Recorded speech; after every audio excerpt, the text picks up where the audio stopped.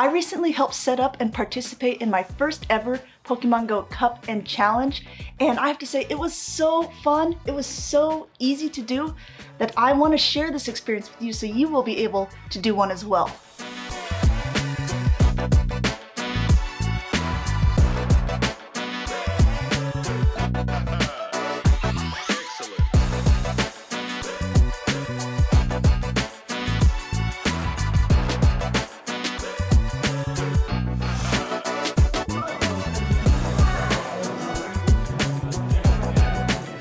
Now stand on one leg.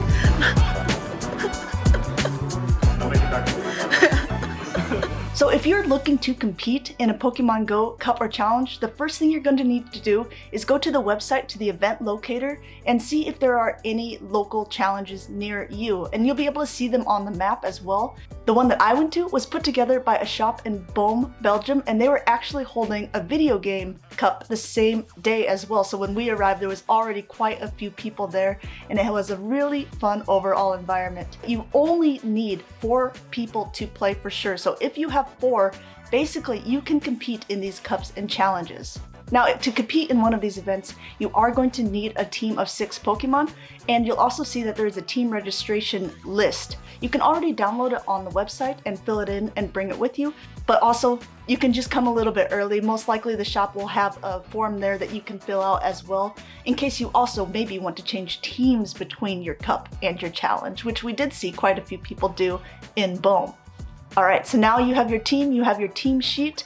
Just make sure that you have all the information of when the cup actually starts, if there's any certain registration fees. The registration fees aren't brought on by Play Pokemon, but they are by the shops. And I think it's great because it gives the shops a little bit of an incentive to hold these cups and challenges for all of us as well. And the one that we went to, everyone who registered also got like some trading cards as well. So a little bit of something fun to do in case you didn't go home with any points.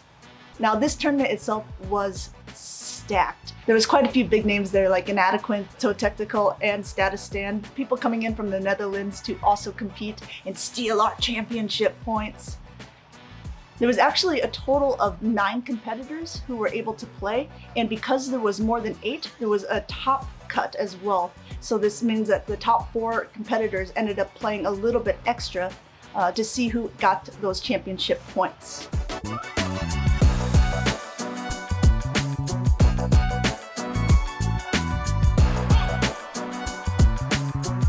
Mr. Top Cut, once again. How many championship points are you at now? 180. 180. And what was your secret sauce this tournament? Double charm. I barely used them. Sure. They were there. There were very few Poliwrath that came to fight me, so Guzzler was very good. These matches were incredibly fun to watch, and guess what? You get to watch them too, because I went ahead and got the footage from both the winners of the challenges and the cup to be able to show you, and I'm going to do that right now. Okay, so as you can see, these are our 2 finalists for the Bohm Cup. We have Inadequate on the right-hand side, the Dutch battler, pretty well known. As he already said, at this point he already has 180 championship points out of the 400 needed for Europe. And then on the left-hand side, we have a Belgian up-and-comer who has just only recently started competing in this Play Pokemon Go Championship Series, and that is Calfia. And as you can see by the teams below, they both have a Guzzlord on their team, but that's pretty much where their team comp similarities stop. Inadequate is running a team with Clodsire, one of his newly anointed favorite Pokemon, and he's also running Double Charm. So he's running that Shadow Alolan Ninetales and also a Wigglytuff.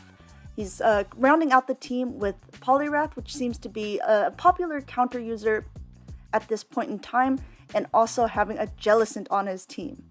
So overall, Inadequate's kind of running a spicy team, something that we're not seeing very often in this Show 6 Pick 3 format.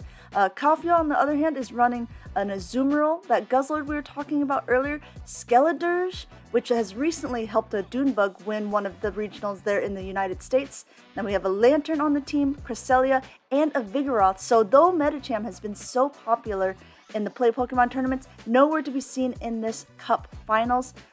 Alright, so let's go ahead and jump right into the battles here, and we see a Guzzlord mirror match. Now Guzzlord, this is going to be interesting because as you can see, these Dragon Tails are chunking away, and it looks like Inadequate's Guzzlord wins that charge attack priority, being able to throw this Dragon Claw first, forcing the shield off of Calfia here, and it looks like he's also thrown, and we'll have to see if Inadequence responds in kind.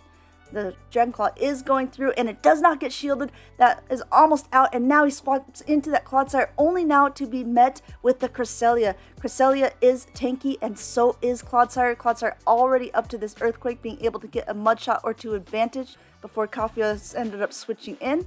But as you can see, still in the yellow on the Cresselia side, and Cresselia is running Future Sight, which is going to be doing super effective damage to the Clodsire. So even though it's so bulky, look at that. Oh, 2 Pokemon already.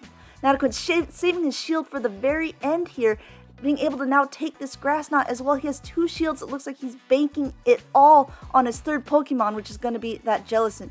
Jellicent also, it looks like it is running a Bubble and not Hex, so it's not going to be doing as much damage with its fast attacks, forcing Inadequence to use his shield here on this Grass Knot because it's going to be doing super effective damage. Meanwhile, just charging up a ton of extra energy here, now throwing the Shadow Ball. Will Calfio use his last shield? No, he chooses to let that Cresselia go down. We have to remember that Guzzlord still has a decent amount of health left as well. Looks like that Guzzlord is coming back in because neither one of the charge attacks from the Jellicent are going to be doing that much damage to this Dragon-type Pokemon. The Shadow Ball will be doing more. The Shadow Ball does connect, but as you can see, that Guzzlord is still in, going for an extra Dragon Tail before throwing, and Inadequence catches the Dragon Claw onto his own Guzzlord, but now it is Jellicent against the world, being able to just come back in here, and the Calfio's Dragon Claw is already now coming through again. Will Inadequence use his last shield? Yes, he does. He sees that the Guzzlord is so low, but Calfio not going to let him get any more bubble advantages, swapping into the Azumarill here. Azumarill doesn't have that great of a matchup against Jellicent, but Jellicent is already in the yellow here, and the Azumarill is full health. It is running the Ice Beam and Play Rough. Play Rough going able to be doing the most effective damage out of the 2 attacks to the Jellicent. It's being thrown now, and the Jellicent goes down. Kafia takes game number 1. So we'll have to see how these 2 trainers take this information that they gleaned in game 1 and see how they play it out in game number 2. And it looks like second verse, same as the first here, going for another Guzzlord mirror match. We do know that Inadequence is a wins charge attack priority, going for that again.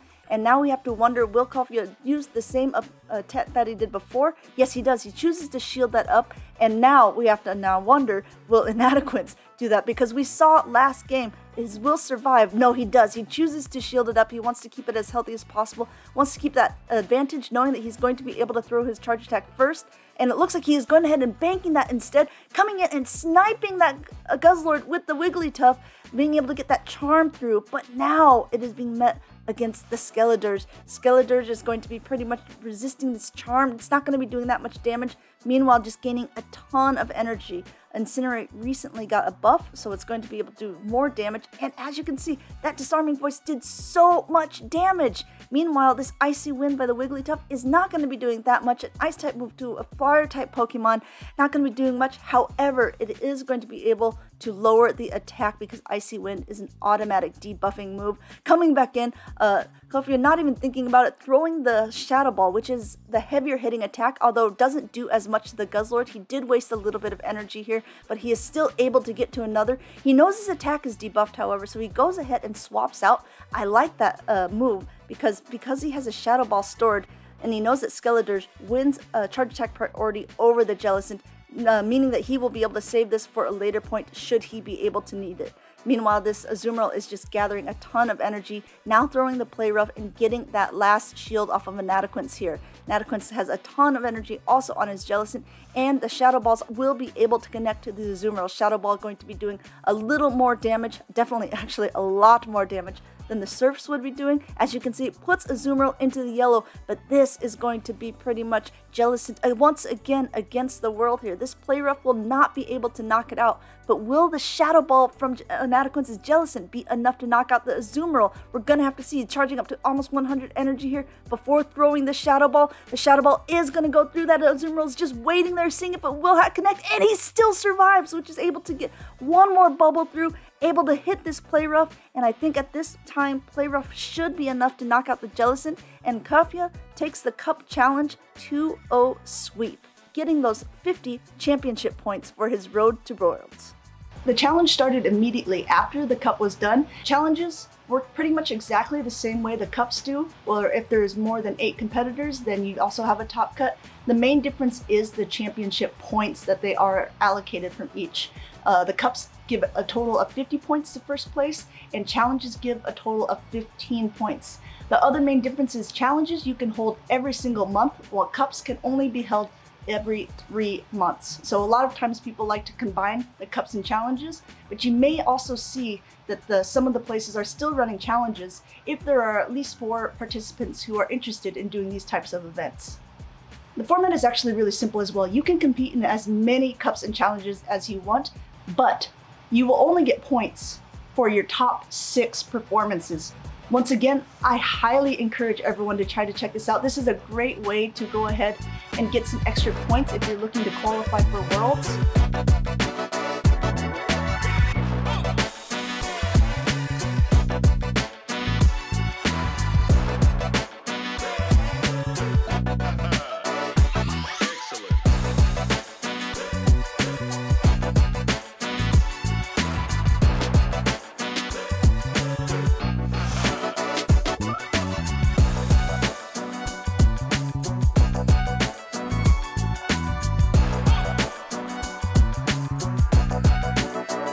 So now we're back with the finals of the Pokemon Go Challenge. Inadequence once again in these finals, but this time running a little bit of a different team. If you remember before, he was running that double charm strategy. This time he decided to go with a team that actually won him a tournament in the Netherlands, and he is playing against another opponent, Snowman. Now, Dutch names are incredibly hard for me to pronounce, so Snowman actually means snowman, so I'm just going to call him Snowman to make it easier on myself.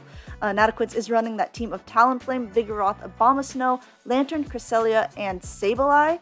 And Snowman is running the team of Whiscash, Frostlass, Medicham, Mantine, Registeel, and Lickitung. So let's go ahead and see how these 2 trainers play out the cup. We have a Whiscash into a Cresselia. Horrible lead for Snowman. They're immediately pivoting into this Registeel, and Registeel is now met with a Talonflame. This is a very dangerous scenario. Inadequence is forced to shield up the Zap Cannon because it would be enough to knock the Talonflame out of the sky, but we have to remember, just like we saw with the Skeledurs before, Incinerate got a buff, meaning those fast attacks are doing so much, and the Flame Charge is super effective already as well, boosting the Talonflame's attack, able to get to 1 more before Snowman is even able to get to another charge attack, and Snowman goes ahead and lets that go down. The Talonflame is out of energy, but it has so much power now. It is 2 stages boosted because of those 2 flame charges.